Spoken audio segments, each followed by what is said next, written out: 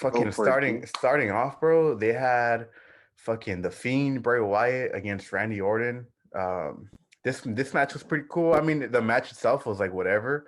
But the Fiend, I don't know if you're familiar with the Fiend, but the Fiend is real cool. He's I wouldn't say alter ego of Bray Wyatt, kind of close to an alter ego. But really, it's just that this guy Bray Wyatt, he was just getting his ass kicked, doing all this crazy ass shit, but yet he was never able to overcome like his opponent or whatever. So the Fiend is like a part of his brain that's like, hey, fool, you're a fucking bitch. Now I'm gonna take over, and it's like his dark side or whatever. So he's like a new person, almost a new persona. But that fool lost against Randy Orton, and I don't understand that. I think that kills his. Oh, he lost against Randy Orton. He lost against Randy Orton. I Oh, think that just kills his momentum. I think, in my opinion, the Fiend might be like the most underutilized character for those who've been watching. I think it was like a Super Showdown in Saudi Arabia. Fucking, he was in a Hell in a Cell match against Seth Rollins for the world title, and they had to fucking stop the Hell in a Cell match because apparently it was like too brutal. Because fucking Seth Rollins was about to hit him with the sledgehammer over the head and shit. But it's a Hell in a Cell match, bro. Like they put foods in the Hell in a Cell match because, like, according to the story, like they've been fucking each other up so bad. Like, hey, you fools had to fight it out here. You get me? Like your mm, because you fools hate each other so much, we have to put you fools inside of the Hell in a Cell where everything goes. And the fact that they stopped this wasn't WrestleMania. This was a different time. I'm just saying how they've progressively ruined his character, even though it's had many chances mm. of continuing and actually being something that's real cool. And I would even say almost Undertaker like in the fact that it's like supernatural, but it works. You know, like the Undertaker would fucking pop out in the middle of the ring and shit, but it wasn't too ridiculous to be like in the world of professional wrestling. You know, like it wasn't like dig this. You know, like but so I think the Fiend is underutilized. He lost by distraction to some bitch called Alexa Bliss. Fellas, if you listen to this dog, there you go. You can't fucking trust him. And the biggest stage, she betrays him, and so there were some other mamadas. I would check it out. It's a more of a visual thing, in terms of like the match itself. But following that, we had some women's tag team match between Nia Jax, Shayna Baszler. I'm just gonna run this through this real quick. Shayna Baszler, Nia Jax, the tag team of them two defending the titles against Natalia and Tamina. Just again a random match in my opinion, but whatever. I believe that Nia Jax and Shayna Baszler retained the titles, so there you go. That team is still rolling through. After that, they had Kevin Owens and Sami Zayn. Bro, okay, these two fools are two bad motherfuckers. I think that wrestling wise, they're very good and they're very underutilized in WWE. But they've had this feud against each other. Like they're best friends in real life, and they grew up in wrestling each other, like in the Indies before they made it to WWE. So it's well known in the wrestling community that whenever they wrestle each other, it's gonna be a badass match, in which it was. I just think that as much as I like to see them wrestle each other, I think that they're now overdoing this rivalry just because they know, hey, if we put Mm. these two foods together, it's gonna be of a banger in the match, and the fans know it, and they're not gonna complain about it. Except over here on this food podcast, where we fucking get down and shit. But overall, it was a fucking good match. Kevin Owens beat Sami Zayn. I know that this won't be. Oh, okay, okay. I almost forgot about it. This is the match that Logan Paul was involved in. I don't think he got much involved in the match, but for everyone who dislikes Logan Paul and just wants to see him get a punch, I mean it's a work, right? But he got a stunner from Kevin Owens after the match, laid him flat in the ring, and then it was good to see Logan Paul lay flat. I saw the screen grabs of yeah, I saw the screen grabs of fucking that fool just getting stunned, and I don't even know why. I didn't need to know context anyway. I was just happy to see it. Hey, exactly. You don't need no context for that. A fucking stunner is always good to see. After that, I hope. Quick note: I hope that's it for Logan Paul or any other Pauls in WWE or in just professional wrestling in general. But yeah, man, fuck that fool. But Sami Zayn, Kevin Owens, they had a good match. I enjoyed that one. Followed by that, they had the bro, the stallion, Matt Riddle, against Sheamus defending the United States title. Riddle was the champion going in. Sheamus was the challenger. They had a good match. Two fucking beefy boys going at it. Two dudes who fucking put it all on the line, and they had a good match. They fucking had some hard shots, and I'm a big fan of Matt Riddle. He's just a real cool bro. I like that his gimmick is just that he's a bro that wrestles, and I think he had a good match against Sheamus. Unfortunately, he lost. I would have liked to see him continue his title reign, but I mean, hopefully, this just means that because he lost the United States title, this means that now he'll compete for the World Heavyweight title. But whatever, they had a good match. We had another title match after that between Big E and Apollo Crews. This was a Nigerian drum fight. I have no idea what the fuck that means. But You fucking apparently, lost me right now. I don't know what the Nigerian stipulation drum was. fight? Yeah, I don't know what the stipulation was. I did not know about this. I think it might have been something they added last minute. But yeah, it was a Nigerian drum fight. Apollo Crews, I don't know where he got like a fucking Nigerian accent, kind of like Kofi Kingston when he came in and he had a fucking Jamaican accent. So Apollo Crews, I mean, he sounded like a regular guy. I mean, I'm not saying that people who have accents are regular, but he came in sounding like, just another dude here from the States, and out of nowhere that fool's got a fucking Nigerian accent. I don't know. I Vince, I don't have fucking long-term memory loss. I remember all this shit, bro. That shit won't slide around here. But whatever, they had a good match. Fucking Apollo Crews beat fucking Big E to become the IC title, the IC champion. I think they had a good match. And then after that, we had some women's action between Asuka and Rhea Ripley. Rhea Ripley is badass. I think she's like 20 years old, 21 years old. She's from Australia, I believe. She's fucking badass. She will fuck you up, regardless if you're a dude or a girl. Fucking, uh, she got some hands. She fought Asuka. It was a good match. I like both of them. They fought for the women's world title, and I just thought they had a good match. Rhea Ripley came away with the win. I thought that was good because she also fought for the same title last year at WrestleMania, and she came up short. I thought that was a bad move, but I'm glad to see that now she's getting the respect she deserves. And then when it came to the main event, the match that I personally was looking forward to, the main event between Daniel Bryan, the 2021 Men's Royal Rumble winner Edge, and the Universal Champion Roman Reigns.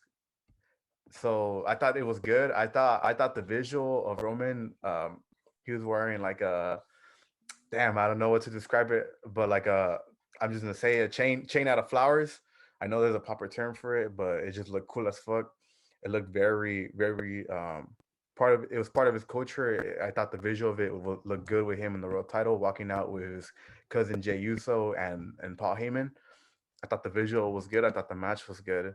I was hoping that Edge would win, but unfortunately he didn't.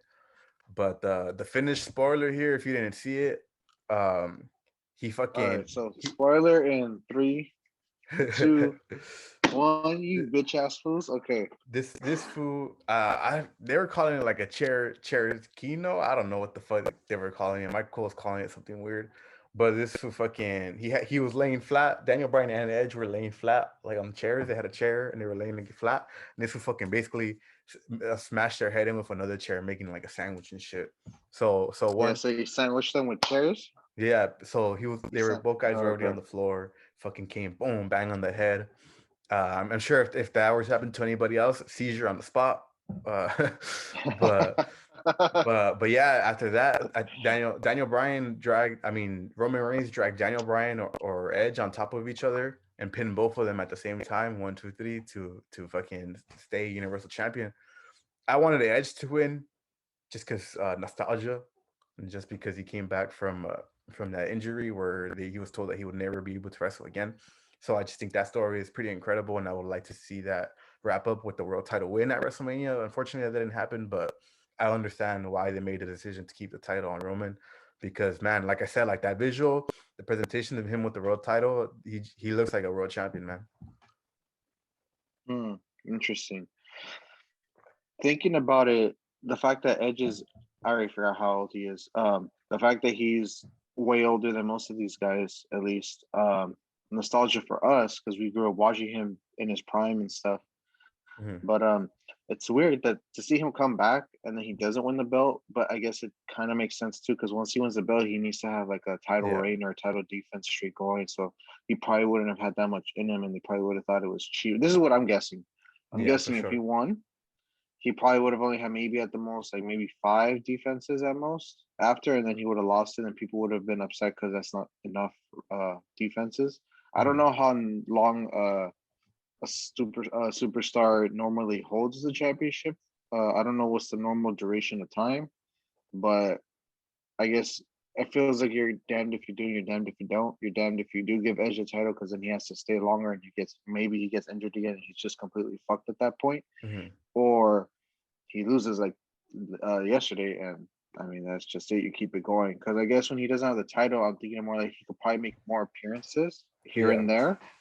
But if he has a title, he's kind of constricted to staying there and staying active. And then he's already like, it took him already this long of a time to get clear to wrestle again.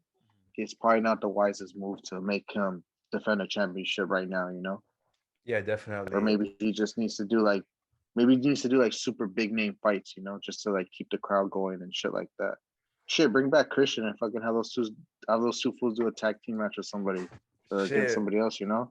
Well, Christian just made a comeback to All Elite Wrestling. He signed with them. He made a comeback. Yeah. This is recent, maybe a few weeks ago. I forget at what event AEW was having, but yeah, they brought him back. That got mixed reactions. I mean, I'm a fan of it. I was hoping it was gonna be fucking Rob Van Dam himself. But speaking of Rob Van Dam, he got inducted into the WWE Hall of Fame last night, handing out some rolling papers, fucking promoting his marijuana business. So fucking shout out to him. Fucking 10 bad bitches at the same time right now, and fucking. What's the name of his marijuana business? I'm not sure. Did you get the name? I didn't get the name. We'll fucking link this shit on IG. But I mean, because you know we're gonna have to smoke those shits on this podcast. Hey, we're gonna have to see ourselves that they're one of a kind. We'll have the name and all the products that they got once we fucking smoke that shit, and we know here we got that fucking THC review for you guys. But yeah, man, I thought WrestleMania was a good night. I personally think I like night 1 better than night 2. But yeah, I just thought overall good show. Good to see the crowd back. I thought they had a fuck ton of people. I know that we're starting to reopen, and Florida never really gave a fuck to begin with. But damn, that was a fuck ton of people. Yeah, Florida fucking pretended they were their own country at that point. What about Hulk Hogan getting booed? Why did they even bring Hulk Hogan back? Man, they've been trying. Hulk Hogan got kicked after he was caught saying all that racist shit. But so he was kicked out of WWE for a while, but then they brought him back at Saudi Arabia, another country who like is questionable under human rights, to say the least. So they brought him back there knowing that he would get like a cheap pop. People would be excited to see him just because they've never seen him over there, and that's how they slowly introduced him back into WWE. But yeah, here in the States, he's greeted with mixed reactions. But I would say most of them are negative, you know, like regardless of the racist thing, which I think should be highlighted the most. I just think in general, people are tired of seeing this fool fucking come back for like no reason at all. Like he was just being the host. I mean, what the fuck do we need a host for at WrestleMania? We've done WrestleMania without a host. We can keep doing it without a host. Like the 15 minutes, 30 minutes, or however long of TV time they gave him, they could have gave it to somebody else who's been busting his ass all year long. Yeah, that's true.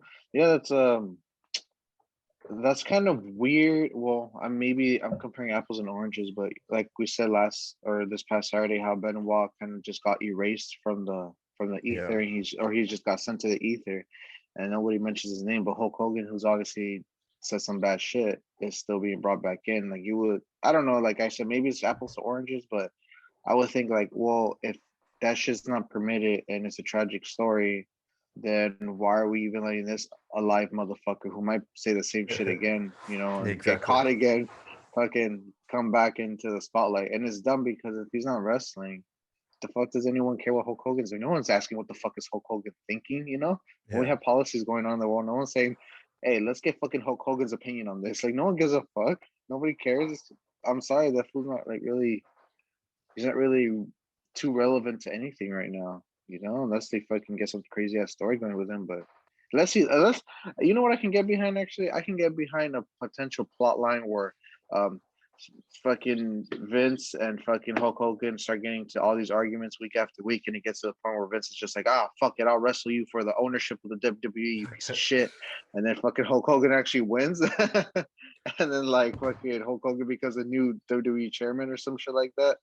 Like I can get behind a storyline like that because it create all these stupid ass other fucking bullshit stories. But if they're not doing something crazy like that, then the fuck do I need to see Hulk Hogan for? And then you force him next to a black guy after the shit he They said. know, bro. They know what the fuck they're doing. They know that this is how they'll slowly fucking introduce them. But it's funny that you mentioned that you would have them do some storyline with Vince McMahon because they already did that shit. They already did that shit when they Oh, they brought him. did. Fuck. They did that shit like in 2005, 2004. You know when they fucking brought. Oh, whack! I don't Yeah. remember that. So that the fact that it's been that long just fucking proves like, bro, like you fools, Hulk Hogan, you already did everything in WWE. You already offered everything you got to give, bro. Like I just think it's time to hang up. Who gives a fuck if you're trying to clean up your mistakes? Like, bro, I just think that's it. I just think the more you disappear from the world of professional wrestling, the better. Because let's just be honest, bro. Like you can't. You think of Hulk Hogan, you think of WWE. You know, they're just two names that are intertwined together. You know, like you see There's Hulk a hand. Hogan. Go ahead. Oh no, no, I was just no, no, no. I was just gonna say that like there's probably a handful of names that we could attach to the WWE name, but honestly, I wouldn't think Hulk Hogan's one of them. I would Maybe say that's just he, me. I would say he is just because he's one of like the not one of the founding fathers, but he was one of the first big names and to really put professional wrestling out there. But I just think that now it's just time to like to let it go, you know. And I just think the more you're out of the world, like the more prestige your name has. Just how like us professional wrestling fans, you know, we still adore The Rock. We still adore Stone Cold Steve Austin, and these guys have been doing like very minimal in WWE after they've retired. You know, like the last match The Rock had was WrestleMania like 28, 27 against John Cena. And then Stone Cold WrestleMania 19. You know, it's been a while, and these guys have stayed out of the business. Uh, and Shawn Michaels, a guy who had been retired for a long time, he actually came back to the Saudi Arabia event because they were offering him like millions of dollars, and he even has been stated saying that he regrets doing that return just because his performance wasn't at the level that he would want it to be, and he feels like that really diminished the aura of Shawn Michaels of the Heartbreak Kid. You know, so I just think that Hulk Hogan, Mm. bro, like I just think it's too late, man. You think you made a lot of money and just fucking enjoy your retirement home in Florida or whatever the fuck you want to do, bro. Yeah. How long has that fool been bald like that? He's been bald for a How long long has that time. fool been? That fool's been bald. I feel like I've never. That fool's been bald and had that hot dog skin for a long time, bro. Oh shit! Damn. Yeah, I thought that shit was so odd just seeing fucking Hulk Hogan come back like that. Like I don't know. I thought I was missing something really important, and you're just telling me he's just announcing it, and it has to have been a public, a move, a PR move because why? Because you could have had him stand next to anybody, but you had him. I don't even know Yeah. that guy's name, but you have him stand next to a black guy of all fucking people while the Mhm. crowd's booing him, so they know that this shit is forced right now. They Yeah, know that yeah, this is a forced like interaction between him and the guy he was announcing or talking with. So I just thought yeah. that shit was funny. But nah, I don't know. Fucking WWE. I did not know it was 8 hours. I did not know that they were gonna break it up into two. That shit's crazy. What's the next event then after WrestleMania? Is WrestleMania like so is WrestleMania kind of the end marker of the It is. season? It is. Or oh it is? Okay. Yeah, WrestleMania is like where So the what's the next event? WrestleMania is like where all the storylines end or like where they all wrap up. And I would say it's like a brand new season. Although some parts of WrestleMania do carry over, but yeah, just kind of like a new fresh start, new fresh season. But the next event is Backlash. I don't know when that is, but we'll have that covered for you guys. But fucking, there's a continuous progression, like of a trend where the wrestling viewership drops after WrestleMania. Just because I don't know, Mm, people get hyped for WrestleMania or the product's not as good afterwards. There could be a lot of things, but yeah, this is like the slow point of pro wrestling until we get to SummerSlam in August. That's like the next big event. WWE has four big pay per views, which is WrestleMania, SummerSlam, Survivor Series, Royal Rumble. So those are like the big four pay per views. so so everything else in between is kind of just like filler. Is that how you would Exactly. describe it? Exactly. It's filler. I mean, there'll be some significant events in between there, some feuds Yeah. that are worth watching, or that are worth the pay per view itself, just because WWE has done like pay per view every month, and it got to that point, and then eventually they were doing two pay per views a month when they were doing the SmackDown and Raw brand split. So they've Mm-hmm. really just been putting a lot of content out there. But yeah, like a lot of the stuff in the middle is filler. Uh, Not necessarily filler because they still try and put up a good storyline, still try and put out content, but yeah, like you'll see spikes in viewership at those big four events. Okay, I feel you. Um, Damn. So that was a wrap on WrestleMania, huh? That was a wrap on WrestleMania. Today, Monday. If you listen to this, today's Monday, post WrestleMania Monday, April 12th. Fucking, there's an episode of Raw today.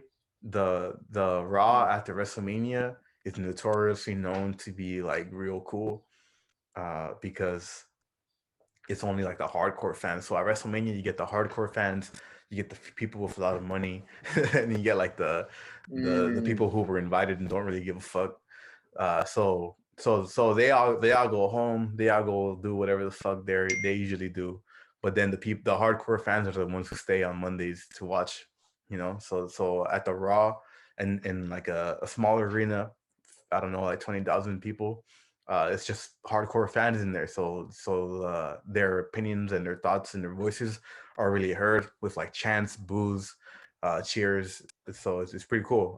The night after WrestleMania is always real cool. We got that going on today, and fucking we got. There's a lot of wrestling. Honestly, there's always a lot of wrestling with like Raw, SmackDown, NXT, AEW.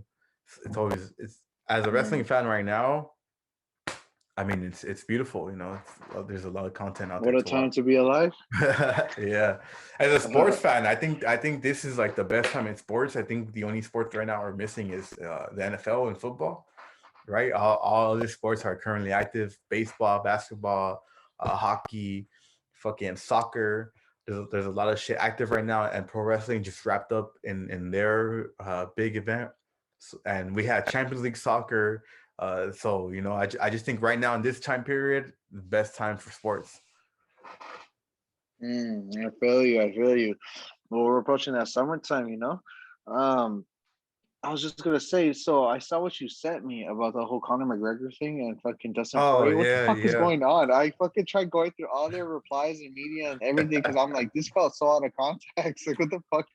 And then I saw, and I guess it was arguing about donations. But my biggest two questions is: first of all, if you guys are taking your word back on donations, that's fucked up. But second It's of fucked all, up. if that's true, second of all, um, is this just to hype up the fight? I mean, Connor ended up saying in that tweet. I mean, again, it could just all be bullshit, but Connor said in that tweet that he was gonna fight somebody else on the 10th. So is that serious then? Or like, why would he say that if he's talking shit? He could just talk shit, you know? He could just keep calling him a hillbilly. He doesn't need to say he's gonna fight somebody else, which makes you wonder, like, oh, is this serious then? Like, this was actually a serious argument that they had. Now they don't. Now Connor doesn't want to fight Poirier, but I mean, I don't know. I mean, it's all weird. It's weird. It seems like the UFC has these weird, random ass, almost like WWE scripted moments where I can't tell if it's real or not. But yeah, what do you think when you saw that? I thought it was random as fuck, just like you. I read it out with no context. Yeah, for those of you who don't know, fucking Conor McGregor woke up today and chose violence.